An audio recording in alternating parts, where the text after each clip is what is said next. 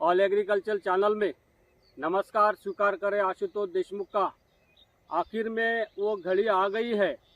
सावी 111 की थ्रेशरिंग हो चुकी है और 1.5 एकड़ में 22 कट्टे मुझे हुए हैं और हर कट्टे का 70 किलो वेट। इसका मतलब 1.5 एकड़ में 15 क्विंटल 40 किलो का बोरे मुझे इसमें हुए हैं। लगभग 10 क्विंटल पर एकड़ का इसका एवरेज मुझे प्राप्त हुआ है। और मैंने इस वैरायटी की शुद्धता बरकरार रखने के लिए जो मुझसे हो सका वो सभी प्रयास मैंने इसमें किए हैं। मराठी में या संत तुकाराम महाराज जी ने कहा है, शुद्ध बीजापोटी फळे रसाळ गोमटी। अगर बीज शुद्ध है तो आपकी फसल भी आपको अच्छी होगी। सावी 111 में क्या हुआ कि इसके बीज में हमने बीज तो ला लिया, खेत में बो दिया। खेत में बोने के बाद में जब ये पौधे बड़े हुए तो समझ में आया कि इसमें दूसरे जात के बहुत सारे पौधे हैं। तो मुझे बीजोत्पादन का काफ़ी अनुभव है। मैंने कपास का भी बीजोत्पादन किया है, मैंने लौकी का भी किया है और मैंने बैंगन का भी किया है, मिर्ची का भी किया है और बहुत सारी फसलों का मैंने क्रॉसिंग वाला और सीड प्रोडक्शन किया है। तो मुझे पता था कि क्या करना है। मैंने सबसे पहले फ्लावरिंग के स्टेज पे इसमें से दूसरे जात के पौधे उखाड़ के फेंक दिए। अगर प्योर बीज होता तो पौधे कम उखाड़ना पड़ता था, लेकिन प्योर बीज नहीं था, इसलिए ज़्यादा पौधे उखाड़ के फेंकना पड़ा। तो वो सीधा सीधा नुकसान हो गया, लेकिन उसका फ़ायदा भी हो गया। फ्लावरिंग पे अगर आप दूसरे जात के पौधे उखाड़ के फेंकते हो तो जो क्रॉस पॉलिनेशन होता है वो होता नहीं है, क्योंकि तुअर है सेल्फ पॉलिनेटेड क्रॉप नहीं है। तुअर का जो पॉलिनेशन होता है वो मधुमक्खी के द्वारा होता है, जो उड़ने वाली कीड़ होती है उसके द्वारा होता है और हवा के द्वारा होता है।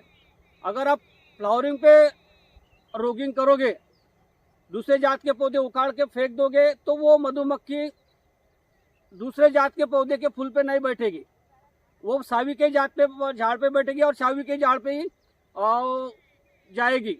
तो उसमें क्रॉस पॉलिनेशन का खतरा बहुत कम हो जाता है। उसके बाद में हमने फिर भी कुछ लेबर के हाथ से इसमें कुछ पौधे छूट गए थे, तो अभी हार्वेस्टिंग के टाइम में हमने वो पौधे छोड़ दिए थे। उसको हमने काटा नहीं था, वो खड़े के खड़े रहते, सिर्फ सावी का ही फसल हमने काटी ताकि इसकी प्योरिटी बरकरार बनी रहे। फिर भी देखो, जो हमारे हाथ में है वो हम कर सकते हैं।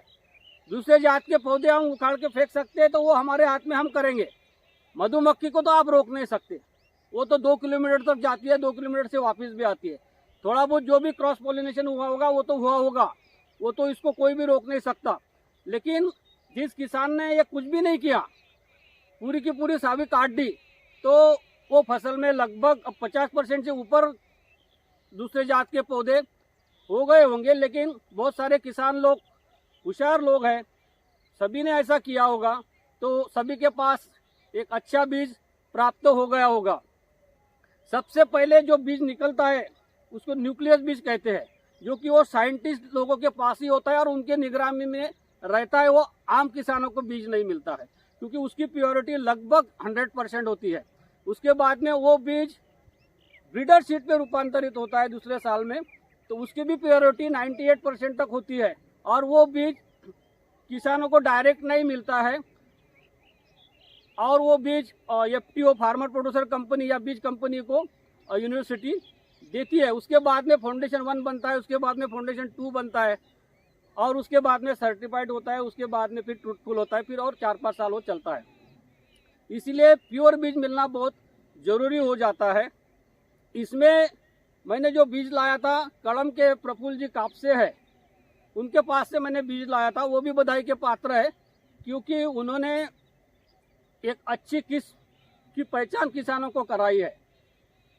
अब वो उन्होंने बीज कहाँ से लाया, उसमें मिक्स है, ये है वो है, अब ये बातें पुरानी हो गई है, क्योंकि उपग्रह लॉन्च हो गया, अंतरिक्ष में अपने कक्षा में स्थापित हो गया और धरती के चक्कर काट रहा। तो ऐसे स्थिति में डिजाइन पर बहस करना कोई काम की बात नहीं है। लेकिन सभी जिन जिन किसानों ने लगाई है उनके सभी के पास अच्छे इसके एवरेज आए हैं और बहुत सारे किसान अगले साल लगाने वाले हैं, तो उनके पास प्योर बीज पहुँचे और ये वैरायटी बहुत साल तक चले। अगर आप प्योरिटी नहीं जपोगे तो वैरायटी ज़्यादा साल तक नहीं चलेगी। और इस वैरायटी के बारे में जो कि जानकारी चाहिए, मेरा मोबाइल नंबर स्क्रीन पे आते रहेगा, आप व्हाट्सएप मैसेज कर सकते हो। बहुत बहुत धन्यवाद। जय जवान, जय किसान।